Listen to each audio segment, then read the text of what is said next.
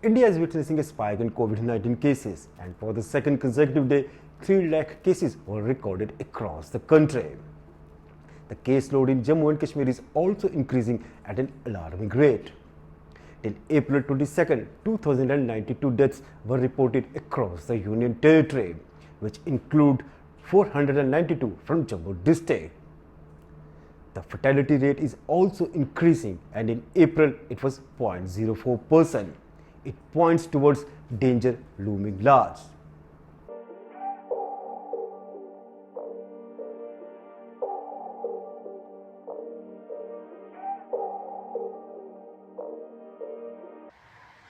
क्योंकि हमारे केसेस जो हैं ये रैपिडली बढ़ रहे हैं, आपने देखा होगा किस तादाद से बढ़ रहे हैं, हमारी पॉजिटिविटी बढ़ रही है और हमारी डेथ्स जो है लगातार हो रही हैं और रेट ऑफ ग्रोथ जो केसेस का है ये 12.8% है, जो चिंताजनक। तो हमारा जो ग्राफ है ये स्टीपली राइज कर रहा है, इसलिए हमको इसमें विशेष ध्यान देने की। The J&K government acknowledges the emerging situation but claims it is fully equipped to deal with the situation. But if the people of Jammu have the confidence in government, especially in view of the development across the country, especially in Delhi where many deaths have taken place. My colleague Ritesh Gupta talked to the people on the ground to get hang of the situation. क्या हमारे पास oxygen की availability है, क्या हमारे पास medicine की availability है, क्या हम कोरोना की स्प्रेड होती हुई सिचुएशन से निपटने के लिए तैयार हैं? आइए जाने का प्रयास करते हैं।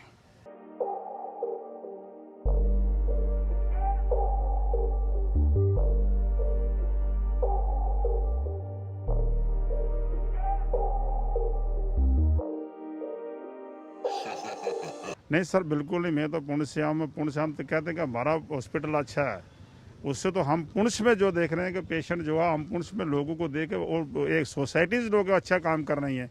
पर यहाँ पर तो आप आम आदमी देख सकता है कि प्रॉब्लम इतनी बढ़ गई है कि भाई जो आता है घर में जाता है उसको खांसी लग जाती है, कुछ होते वो चलो अपनी ह्यूमैनिटीज़ के मुताबिक अपने पेशेंट को पता करने गया, उसकी अटेंडेंस के देख रहे, पर देखने में आएगा अगर ये कोरोना बढ़ गया तो हम मान लेंगे यहाँ पर आप ठीक होकर घर जाएंगे, तो मैं पॉसिबल नहीं है हमारे के लिए, ये बिल्कुल इम्पॉसिबल है कि यहाँ पर हम रखेंगे। प्राइवेट तो देखें वो जाते हो वापस पता ही चलता क्या नहीं करते।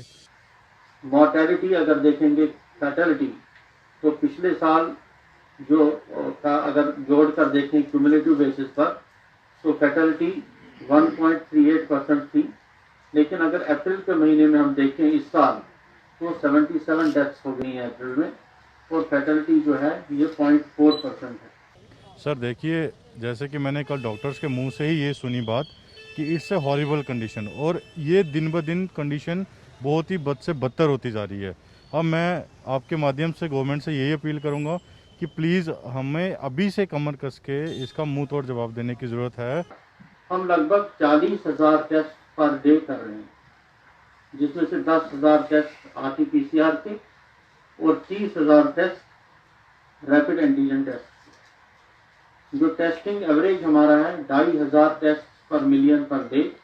68,33,000 टेस्ट अभी तक J&K में परफॉर्म किए जा चुके हैं। मैंने देखा है वहाँ पे पेशेंट 10 मिनट के अंदर कोलैप्स कर रहे हैं, 10 मिनट भी नहीं लग रहे उनकी डेथ हो रही है।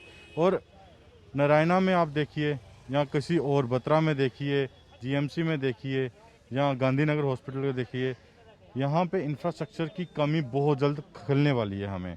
Dedicated beds and ventilators are important things to deal with the COVID patient, and these numbers are falling short across the country and are the prime reason for the spike in number of deaths.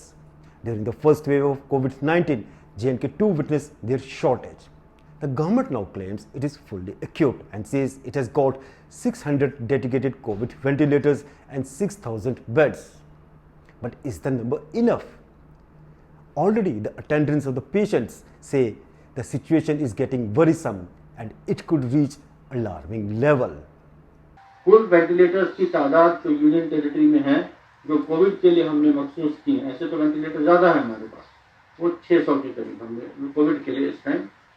Beds की बात अगर हम करें, category 1 और category 2 के जो total beds हमारे यहाँ हॉस्पिटल में, जिला अस्पताल भी आते हैं, सब डिस्ट्रिक्ट हॉस्पिटल भी आते हैं, जो ईयरमार्क किए हैं हमने कोविड के लिए, वो 6000 के करीब है, रफली 6000 के करीब। ऑक्सीजन सपोर्टेड बेड्स की बात अगर हम करें तो हमारे पास 2500 ऑक्सीजन सपोर्टेड बेड्स हैं और ऑक्यूपेंसी 534 है, 20% के करीब।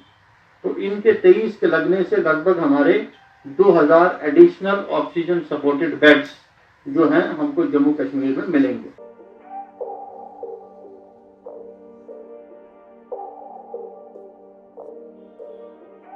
हमारी यही रिक्वेस्ट रहेगी गवर्नमेंट से कि जितने भी हमारे डिस्ट्रिक्ट हॉस्पिटल्स हैं वहाँ पे वार्ड्स बना दिए जाएं और ज़्यादा से ज़्यादा ऑक्सीजन वहाँ पे अवेलेबल कराई जाए, क्योंकि कोविड जब भी किसी को पॉजिटिव आता है तो उसके बाद उसको सबसे पहले ज़रूरत पड़ती है ऑक्सीजन की, जो कि हमारी स्टेट में सबसे कम मात्रा में पाई गई। लेकिन अब डुल्लू साहब ने उसको भी बढ़ाने की कोशिश की है, लेकिन हमारी यही रिक्वेस्ट है गवर्नमेंट के आगे कि जितनी ज़्यादा हो सके ऑक्सीजन को एडवांस में रखिए जाए, ताकि एकदम अगर हमारे ऐसी सिचुएशन आ जाती है कि हमारे पेशेंट बढ़ जाते हैं तो उसको मद्देनज़र रखते हुए हम उसको कवरेज कर पाएँ। मैं सर जिस तरह से आप देखिए गुजरात में, महाराष्ट्र में, दिल्ली में ये जो सिचुएशन आउट ऑफ कंट्रोल होती जा रही है और अभी हमारे जम्मू में एक पीक पे नहीं है। हम नहीं चाहते कि जैसे फर्स्ट फेज़ में जम्मू को, हमारे JNK में, जम्मू UT में जिस तरह में lack of oxygen, lack of ventilator की वजह से जाने गई थी, हम नहीं चाहते कि हम उसका वेट करें कि पीक यहाँ पर हो और फिर से ही हम उस तरह की हेल्थ डिपार्टमेंट वहाँ तैयारियाँ करें। और पिछली बार हमने देखा कितने वेंटिलेशन की वजह से जाने गई, ऑक्सीजन की वजह से गई, लेकिन एडमिनिस्ट्रेशन जो वर्बली जो इनके ऑर्डर्स हैं, इतने वेंटिलेशन हैं, इतने हैं, लेकिन ग्राउंड पे वो बिल्कुल नहीं थे।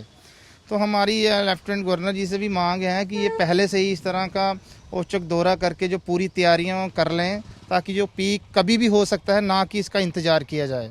Even if we believe the number of beds and ventilators are enough to meet the requirement, but the important point is, are the SOPs being followed in the wards itself? If there is enough distance between the two beds, and how the distance is maintained between the attendants of the patients. My colleague talked to the people and they expressed the concern that SOPs are most flouted in these wards only. मेरा नाम सुरजन सिंह। मैं sir आपसे ये जानना चाहता हूँ कि Covid जो है अपने पैर पसार रहा है, तो क्या लगता है जम्मू कश्मीर में फैसिलिटीज़ जो हैं पूर्ण रूप से दी जा रही हैं? सर देख लो, 2-3 दिन में यहाँ पर आए कि देखा, हमारा भी एक पेशेंट था, आप देख रहे हैं कि कोविड का, तो बाहर हम बिल्कुल एक चर्चा कर रहे हैं कि डिस्टेंसेस मेंटेन करो, डिस्टेंसेस करो, सैनिटाइजेशन करो, या वो ऐसे मास्क लगाने के उस पर चलान करते हैं। यहाँ पर अंदर देखिए कि कोविड वार्ड में जो पेशेंट का उसकी डिस्टेंस है वो फुट नहीं है, 1.5 फुट नहीं, एक इधर है एक इधर है। तो मेरे क्या यहाँ पर जो पेशेंट है वो कोरोना को रेस्पिरेट कर रहा है, वो खा रहा है, उसको देख रहा है। तो उसके बाद पेशेंट को बता रहे हैं कि इसको पैक ही करके घर ले जाओ, इसको तो संपत्ति पता नहीं कि ठीक होना या नहीं ठीक है। एक ठीक पेशेंट है, 2 दिन के बाद वो वापस कोरोना में चल जाता है, कोमा में चल जाता है, उसको एनेस्थीसिया दे जाए, कुछ डॉक्टरी वो सिस्टम में मतलब। पर बात ये है कि अब वार्ड जो है मैं देख रहा हूँ कि वो वार्ड कोविड के काबिल नहीं है। इन केस कोई इमरजेंसी जैसे दिल्ली में हालात हुए हैं अभी, वहाँ पे ऑक्सीजन की कमी हुई है, तो हम गवर्नमेंट से, जहाँ पे डुल्लू साहब यही कहेंगे कि ऐसा भगवान ना करे, ऐसे हालत जम्मू कश्मीर में हो जाए तो हमें बाद में पछताना पड़े और अरेंजमेंट करना मुश्किल हो जाए हमारे। तो हम यही कहते हैं गवर्नमेंट को कि ऑक्सीजन जितने भी हो सकते हैं अरेंजमेंट कर ले, बेड को हो जाता है वो भी अरेंजमेंट कर ले, और जो भी आप हमारे अंडर सब डिस्ट्रिक्ट हॉस्पिटल हैं सीरियस, उनको भी कोविड में डिक्लेयर कर दें अभी। The situation is getting worrisome and this is a hard reality. Some reports suggest the peak is yet to reach. Even though the JNK has been proactive and there is some substance to its claim also, but complacency is the last thing the authorities can afford. Figures, statistics can go haywire and the possibility of it happening is too strong.